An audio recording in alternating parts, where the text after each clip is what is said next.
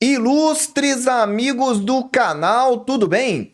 Quebradeira no varejo brasileiro, 11 fundos imobiliários impactados.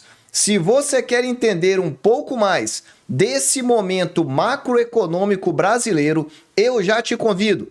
Inscreva-se aí no nosso canal, assine o sino da notificação, porque o vídeo já começou. Vamos lá! Saiu aí uma matéria bem interessante sobre a questão do calote em CRIs, certificados de registro imobiliário, que acabou atingindo 11 fundos imobiliários. Por que eu estou trazendo essa matéria aqui para você? Muita gente acha que investir em fundo imobiliário é quase igual uma renda fixa, porque você vai ter lá todo mês aquele valor pingando. Só que não é bem assim. Muitos youtubers dizendo que isso daí era um investimento tranquilo, que você não teria problema. E agora, quando aparece a inadimplência, é que o perigo começa a surgir. Aliás, começa não, já surgiu há algum tempo. E a matéria diz isso. Calote em CRIs já atende então 11 fundos imobiliários listados em bolsa. Calote, ou seja, a ausência de pagamento. E aqui a matéria diz da inadimplência em títulos de crédito, que chegou então ao mercado de fundos imobiliários. E aí, se você colocar o título da matéria no Google, você vai verificar que pelo menos 11 fundos imobiliários listados em bolsas já tiveram aí problemas relacionados aos certificados de recebíveis imobiliários, chegando então a 1,7 bilhão. O que eu quero dizer aqui com você é que quando você faz um investimento, você precisa sempre saber dos riscos que você está correndo e da sua rentabilidade. Investir em fundo imobiliário é você fazer um investimento na renda variável. E aí você entende melhor como é que funciona essa relação de risco e retorno. E diz que a enxurrada de calote ocorre 3 anos depois desse tipo de fundo ter sido um sucesso de demanda. Quando nós tivemos lá o problema em 2019, 2020 principalmente, houve uma fuga de capital para fundos imobiliários, como se a crise não chegasse nesse tipo de fundo. E aí, muitas pessoas acabaram perdendo dinheiro e ficando assustadas aí com esses calotes que aconteceram. E qual é a relação disso daí em relação ao varejo? Que é então o título aqui desse nosso comentário, desse vídeo de hoje. E eu vou começar falando aí pela Marisa. Marisa e os fundos imobiliários. A matéria diz assim: veja quais são os fundos imobiliários impactados com crise da varejista. Empresa é alvo de 10 ações de despejo e soma com outros credores mais 600 milhões em dívida. Vou repetir, mais de 600 milhões em dívida. E a matéria diz que as ações começaram em fevereiro desse ano, quando a empresa admitiu a incapacidade de honrar pagamentos nesses valores e iniciou conversas com credores para renegociar os prazos, ou seja, para rolar a dívida mais para frente, porque ela não teria condição de fazer o pagamento nas respectivas datas. E a matéria diz que a expectativa é que a Marisa feche 90 lojas no país. Mas quais são aí os fundos imobiliários envolvidos? E está dizendo na matéria: há meses, a inadimplência da Marisa perante fundos imobiliários tem sido notícia. Não sou eu que estou dizendo, é a matéria, basta você colocar o título dela que você vai verificar. E disse que essa inadimplência começou em fevereiro, com o BRVA11, que reportou via fato relevante que não havia recebido o aluguel de janeiro. A Marisa é responsável por 81% da receita do fundo, por ter inúmeros contratos aí com mais de 60 lojas.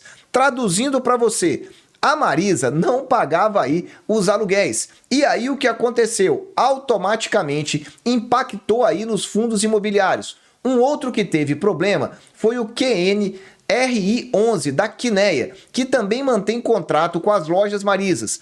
A propriedade do CD Itaguá estava sem pagamento de aluguel desde janeiro de 2023. Então, se a empresa está passando uma dificuldade, ela precisa cortar custos, renegociar as suas dívidas para ganhar um pouco de fôlego. E no caso da Marisa, precisou aí ou não pagar ou renegociar então esses aluguéis. E isso impacta negativamente nesses fundos imobiliários. E aí você vai entendendo como é que a macroeconomia se comunica com outros investimentos. Mas se você acha que a Marisa é um caso isolado, eu trago aí a situação do Carrefour, outra importante aí empresa do varejo brasileiro. Carrefour Brasil negocia a venda de centros de distribuição e lojas para a Barzel. Diz então na matéria que foram iniciadas negociações com a gestora Barzel Properties para a venda de 5 centros de distribuições e lojas por mais de R$ 1 bilhão. R$ 1 bilhão conforme fato relevante.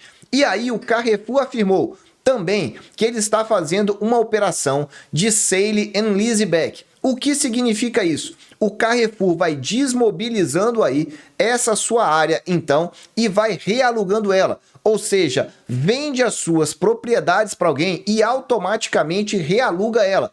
E qual é a vantagem disso? É que quando você vende, você automaticamente gera um caixa para você poder respirar, para poder se manter vivo aí no mercado. E aí você vai então pagando aluguéis ao longo de um grande período, geralmente de 10 anos, contratos mais longos, para a empresa poder se recuperar e ter um ganho aí de eficiência operacional e também financeira. Então tá aí para você, Carrefour também passando aí um certo aperto. Agora, uma que já ficou famosa no varejo com relação aí a esse aperto financeiro é a Riachuelo. E a matéria diz para você aí que ela dobrou o prejuízo no primeiro trimestre de 2023. É isso mesmo. A Guararapes, Guar3, que é a dona da Riachuelo, vê o prejuízo mais que dobrar. Prejuízo de 175 milhões foi o que tivemos aí da Guararapes nesse primeiro trimestre de 2023. E podemos ver, inclusive aqui, vamos colocar agora Guar3 para você verificar aqui a situação, então, das ações dessa empresa. Tá aqui, ó, Guararapes, para você entender. Olha o gráfico aí, impressionante a queda que vem tendo no varejo. Vou mostrar para você quanto que isso significa. O teto do preço da ação chegou aí aproximadamente R$ 28,50, início dos anos 2000. E agora, nessa data que eu gravo desse vídeo, dia 17 de maio, uma queda total de 83%. Vou repetir para você, do topo ao fundo, 83%. Se eu for considerar a queda máxima que ela já teve, que foram algumas semanas atrás, 87%. Isso daí não é exclusividade da Guararapes. Se eu colocar aqui para você VIAA3, que é então a Via Varejo, você vai verificar aí que ela também teve uma queda impressionante. Está aí para você a Via Varejo, dona então aí das famosas Casas Bahia. 90% de queda no caso da Via Varejo. Vamos ver agora Magazine Luiza, que durante um bom tempo foi uma empresa queridinha aí do mercado e sempre esteve subindo.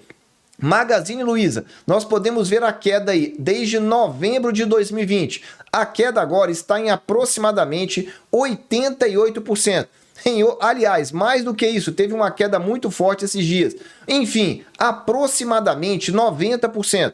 Então você verifica aí que o momento do varejo está nas mínimas. Mínimas mesmo, e não é de um ano não. Olha no caso aí, quando nós estamos falando da Via Varejo, esse preço aí voltou para um patamar lá de 2018. Ou seja, um patamar de uma queda muito expressiva. E o varejo continua aí nessa pressão total. Continuando aqui, eu quero falar para você também da famosa Tok Stock. Eu, particularmente, já frequentei bastante essas lojas. E aí diz, consultoria entra com pedido de falência da Tok Stock, alegando dívida de 3,8 milhões. Diz então que a empresa deixou de receber 3 parcelas de uma conclusão antecipada de um projeto. e o pedido de falência acontece no momento de reestruturação.